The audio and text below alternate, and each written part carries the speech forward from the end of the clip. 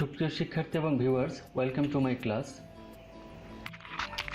আমি Mohammad Bashiruddin Bhuiyan, assistant teacher English, progressive model school. শিক্ষার্থীরা বোর্ডের দিকে খেয়াল করো। John eats an Apple.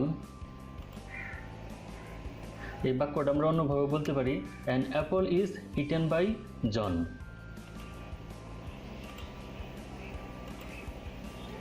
I say my prayer regularly. এই বাক্যটাও ঠিক আমরা অন্যভাবে ঘুরিয়ে বলতে পারি। দেখো, my prayer is said by me regularly. তো এই যে দুইটা বাক্যের পরিবর্তন একরকম ছিল, আমরা অন্যভাবে ঘুরিয়ে বলতে পারলাম। তোমরা কি অনুমান করতে পারছো যে এগুলো কি related? What is it related to? এটা কিসের সাথে, আমাদের গ্রামারের কোন টপিকের সাথে সম্পর্কিত? আশা করি তোমরা বুঝতে পেরেছ, বুঝে নিয়েছ আজকের পড়ার বিষয় ভয়েস চেঞ্জ। এগুলো হচ্ছে ভয়েস চেঞ্জের আলোচনার বিষয়। And let us discuss about voice change in our today's class. আমাদের আজকের ক্লাসের আলোচ্য বিষয় হচ্ছে ভয়েস পরিবর্তন নিয়ে, ভয়েস চেঞ্জ নিয়ে। তো চলো আমরা শুরু করি। Learning outcomes. After studied this lesson we will be able to.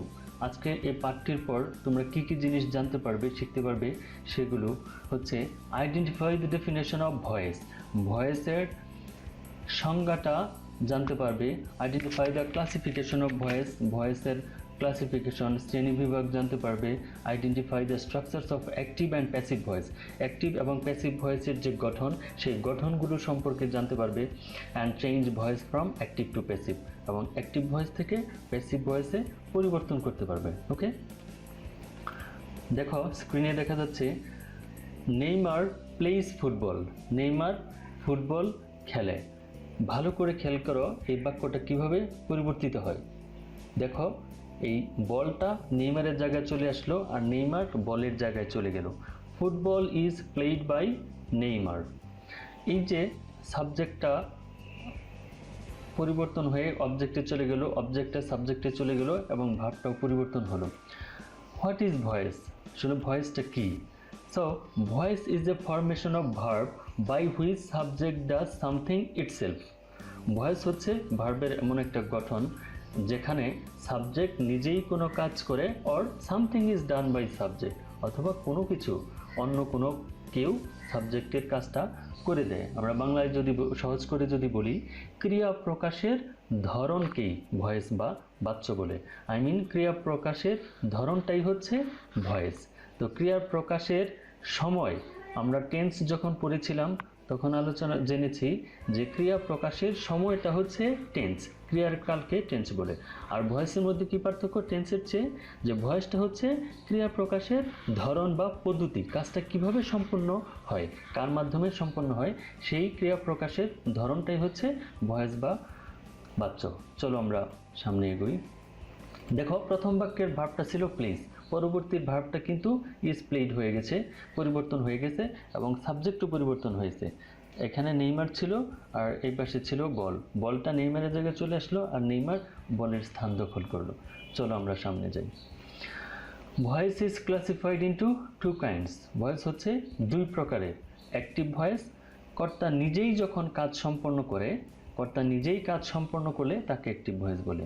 কর্তা নিজেই যখন তার নিজের কাজটা সে নিজেই করবে, সেটা হবে অ্যাক্টিভ ভয়েস বা কর্তৃবাচ্য। নাম শুনেই বোঝা যাচ্ছে যে কর্তৃবাচ্য মানে এটা কর্তার সাথে সম্পর্কিত।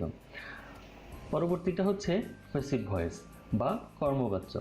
কোনো কাজ যখন কর্তা দ্বারা সম্পন্ন না হয়ে কর্ম দ্বারা সম্পন্ন হয় তখন তাকে প্যাসিভ ভয়েস বলে। কর্তা কাজ না করে যদি কর্মের মাধ্যমে কাজটা সম্পন্ন হয় সেটা হবে প্যাসিভ ভয়েস।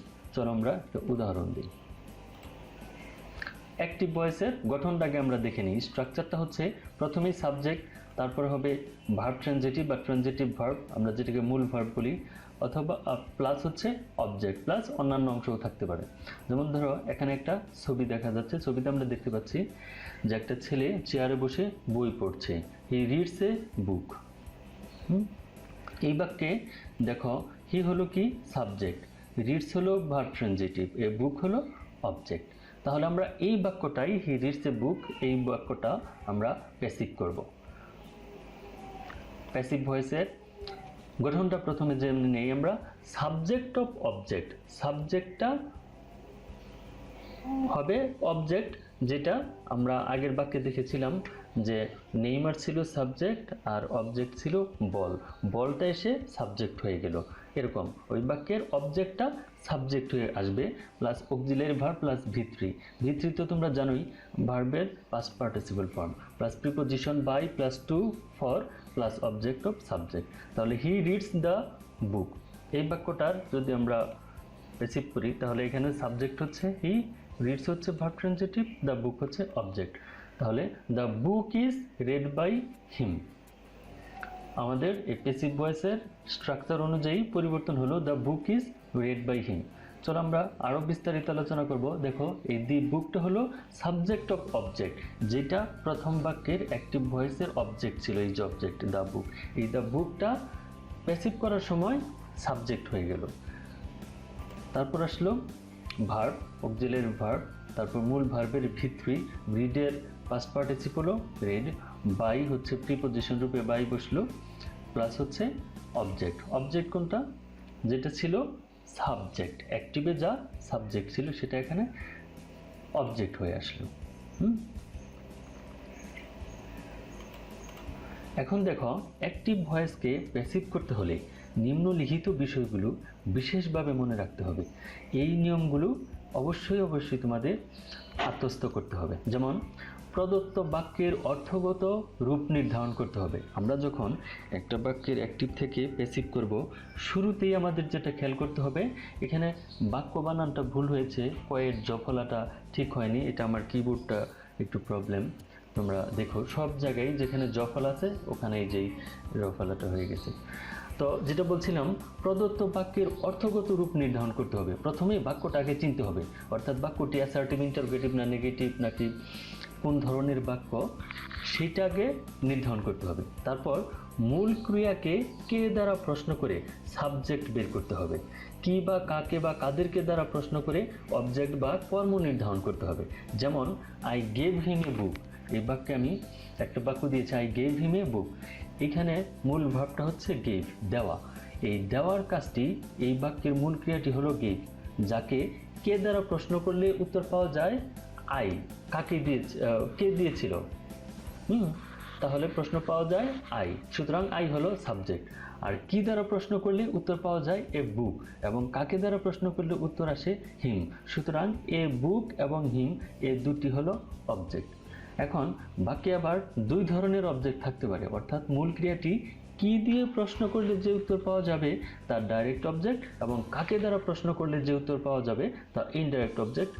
সুতরাং উল্লিখিত বাক্যে এ বুক হলো ডাইরেক্ট অবজেক্ট এবং হিম হলো ইনডাইরেক্ট অবজেক্ট। এই বাক্যে দুটি অবজেক্ট থাকলে অধিকাংশ ক্ষেত্রেই ইনডাইরেক্ট অবজেক্টকেই প্যাসিভ ফর্মে সাবজেক্ট হিসেবে নিতে হয়। তবে কোনো ক্ষেত্রে ইনডাইরেক্ট অবজেক্ট থাকা সত্ত্বেও ডাইরেক্ট অবজেক্টকে প্যাসিভ ফর্মে সাবজেক্ট হিসেবে নিতে হবে। পরবর্তী যে কাজটা আমাদের করতে হবে, টেন্স অনুযায়ী প্যাসিভ অক্সিলারি ব্যবহৃত হবে। কারণ প্রত্যেকটা টেন্সেরই, আমাদের যে 12 প্রকারের টেন্স আছে, প্রত্যেকটা টেন্সেরই আলাদা আলাদা অক্সিলারি ভার্ব, প্যাসিভ অক্সিলারিটা আমাদের ব্যবহার করতে হবে। অ্যাক্টিভে দেওয়া থাকবে, সেটা আমরা প্যাসিভ অক্সিলারিটা এনে রিসিভ করার সময় ব্যবহার করব। আর মূল ক্রিয়ার পাস্ট পার্টিসিপল ফর্ম ব্যবহার করতে হবে। আর অ্যাক্টিভ ভয়েসের সাবজেক্ট প্যাসিভ ভয়েসে অবজেক্টে পরিণত হবে, এবং প্যাসিভ ভয়েসের অবজেক্ট অ্যাক্টিভ ভয়েসে সাবজেক্টে পরিণত হবে। আর অবজেক্টের পূর্বে প্রিপোজিশন রূপে বাই, টু, ফর ইত্যাদি ব্যবহৃত হবে। আশা করি তোমরা বুঝতে পেরেছো। এই কথাগুলো ভালো করে খেয়াল করতে হবে।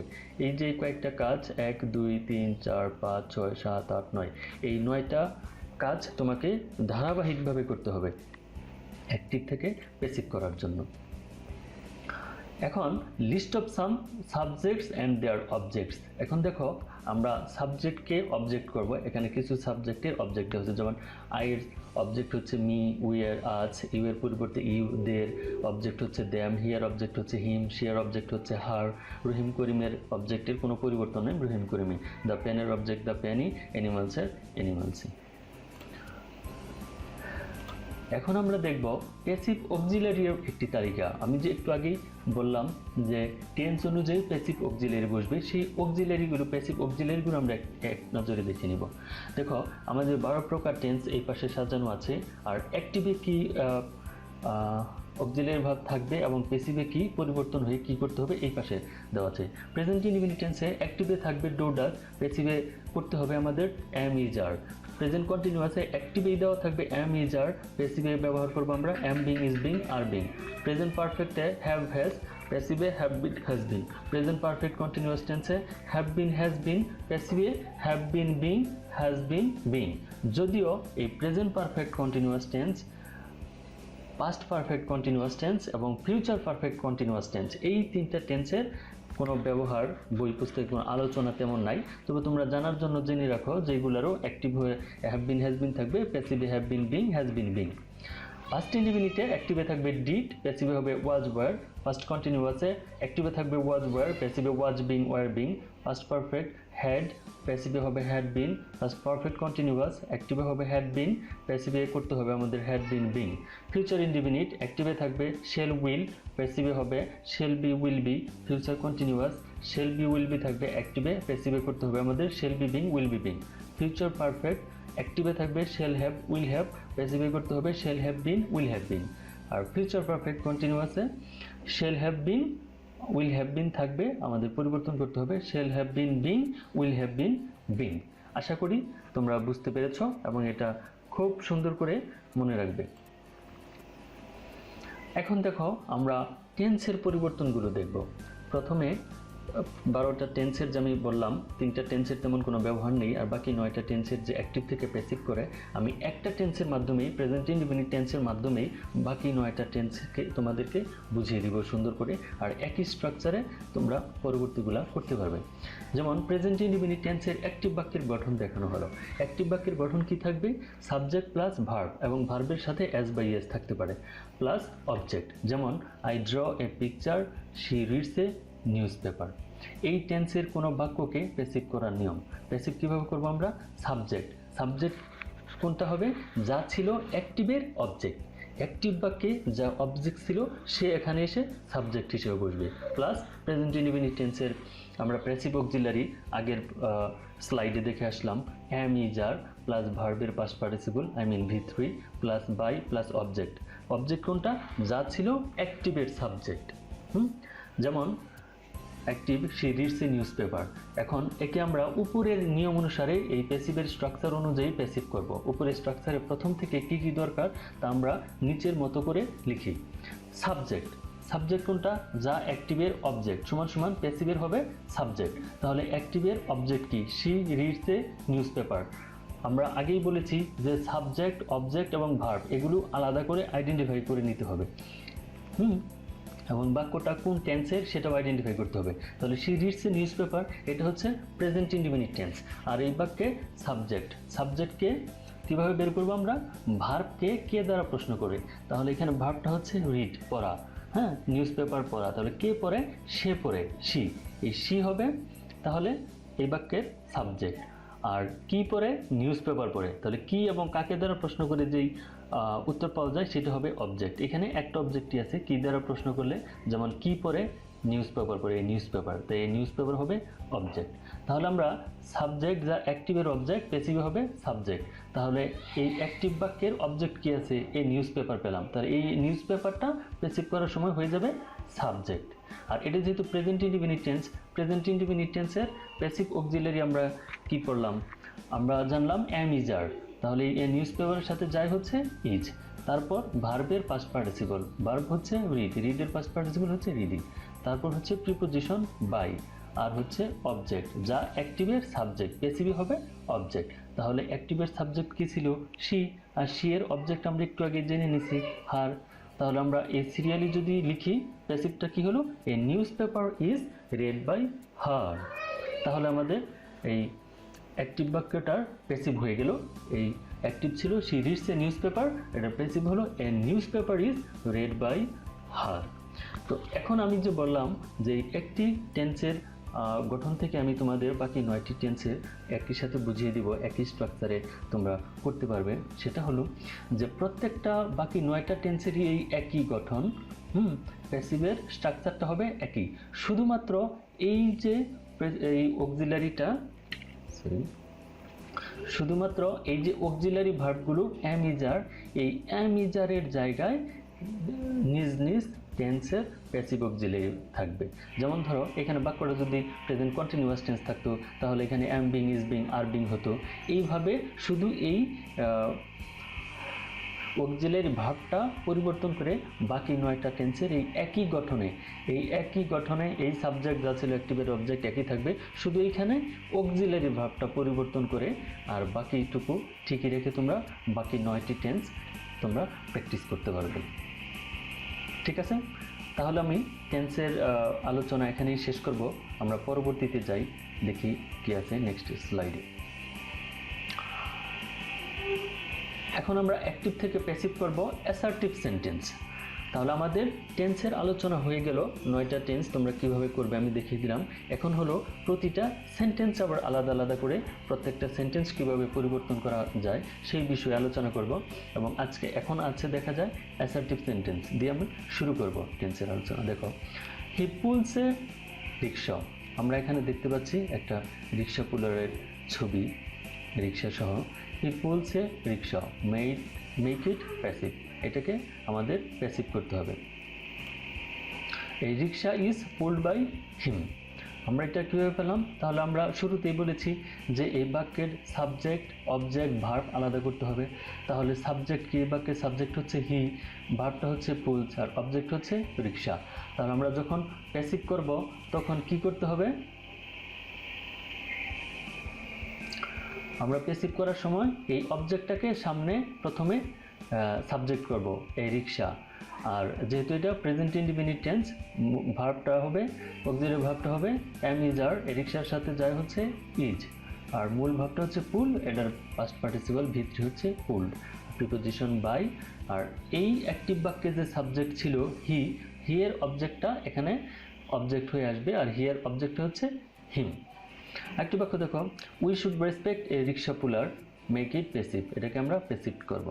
তাহলে we should respect a rickshaw puller, এই বাক্যে তোমার অবজেক্ট হচ্ছে এ রিক্সা পুলার, এটাকে আমরা এখানে সাবজেক্ট করে নিয়েছিলাম এ রিক্সা পুলার।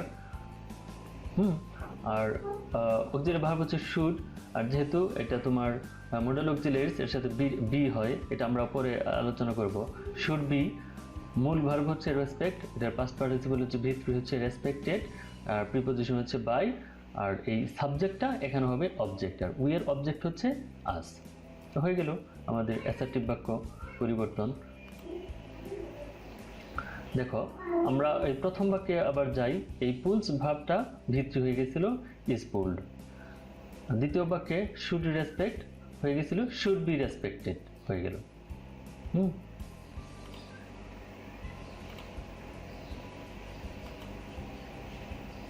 দেখো, the fisherman is catching fish, এই বাক্যটাকে আমরা মেক ইট প্যাসিভ।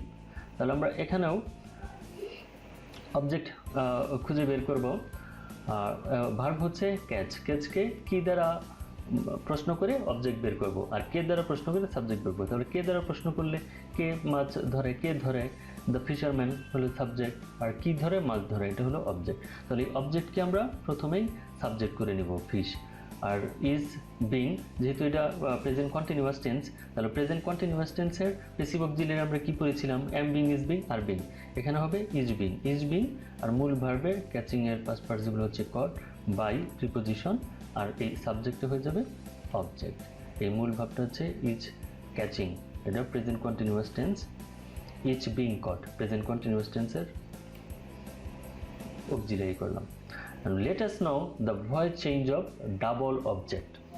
এখন আমি আগে শুরুতে আলোচনা করেছিলাম যে কোনো বাক্যে দুইটা সাবজেক্ট থাকতে পারে, অবজেক্ট থাকতে পারে, ডাইরেক্ট অবজেক্ট এবং ইনডাইরেক্ট অবজেক্ট, দুইটা অবজেক্টই থাকতে পারে। তাহলে আমরা এরকম ডাইরেক্ট অবজেক্ট যখন থাকবে, ডাবল অবজেক্ট, ডাইরেক্ট এবং ইনডাইরেক্ট দুইটা অবজেক্টই যখন থাকবে, সেই বাক্যগুলোর একটু আলোচনা করি। হি টিচেস আস ইংলিশ, তাহলে এখানে মূল ভার্ব হচ্ছে টিচ, শিক্ষা দেওয়া। আমরা কে দ্বারা প্রশ্ন করলাম, কে শিক্ষা দেয়, হি, তাহলে আমরা হিকে সাবজেক্ট হিসেবে পেয়ে গেলাম। এখন আমরা অবজেক্ট নির্ধারণ করতে কি কি বলতে হবে আমি বলছিলাম, কি দ্বারা এবং কাদেরকে দ্বারা প্রশ্ন করতে হবে। তাহলে কি শিক্ষা দেয়, ইংলিশ শিক্ষা দেয়।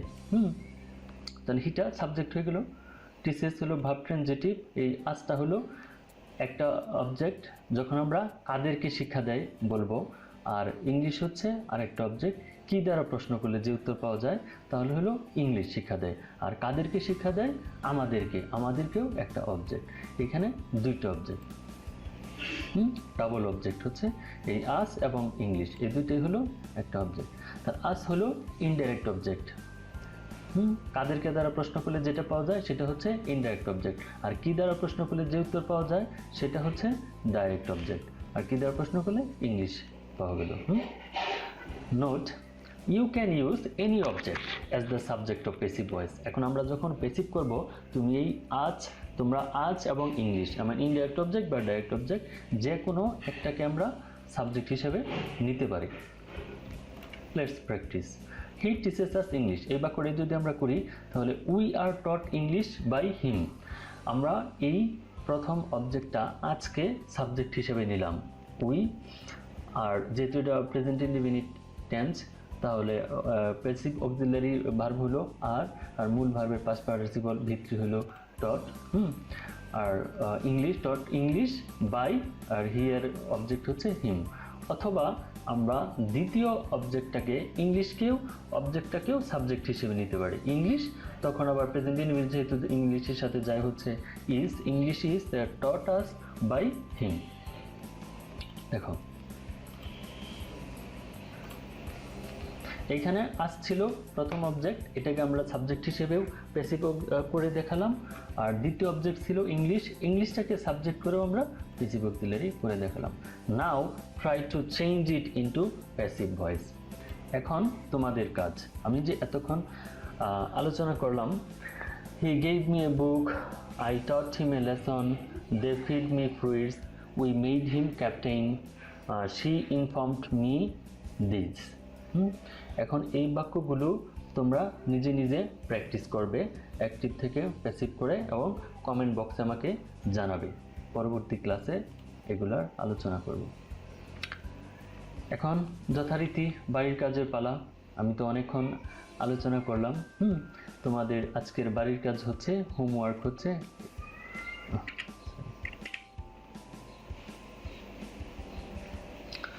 আজকের হোমওয়ার্ক হচ্ছে I visited the Niagara waterfall last year.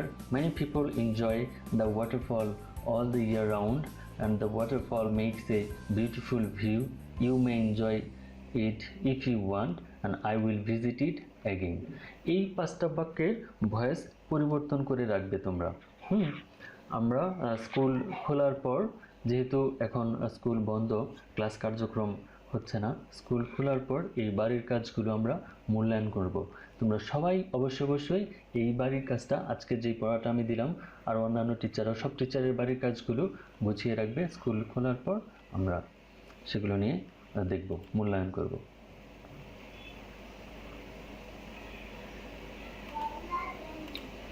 তো আজকে এ পর্যন্তই। থ্যাংক ইউ অল শিক্ষার্থীরা, তোমরা এতক্ষণ ধৈর্য ধরে ক্লাসটা দেখেছ, এবং আশা করি এই বৈশ্বিক মহামারীতে তোমরা সুস্থ থাকবে, সুন্দর থাকবে, ঘরে থাকবে, বাইরে যাবে না, স্বাস্থ্যবিধি মেনে চলবে, সরকারের যে রুলসগুলো আছে, যে নির্দেশনাগুলো আছে, এগুলো নিজেরাও মেনে চলবে এবং অন্যদেরকে সচেতন করবে আশেপাশে যারা আছে। Thank you all.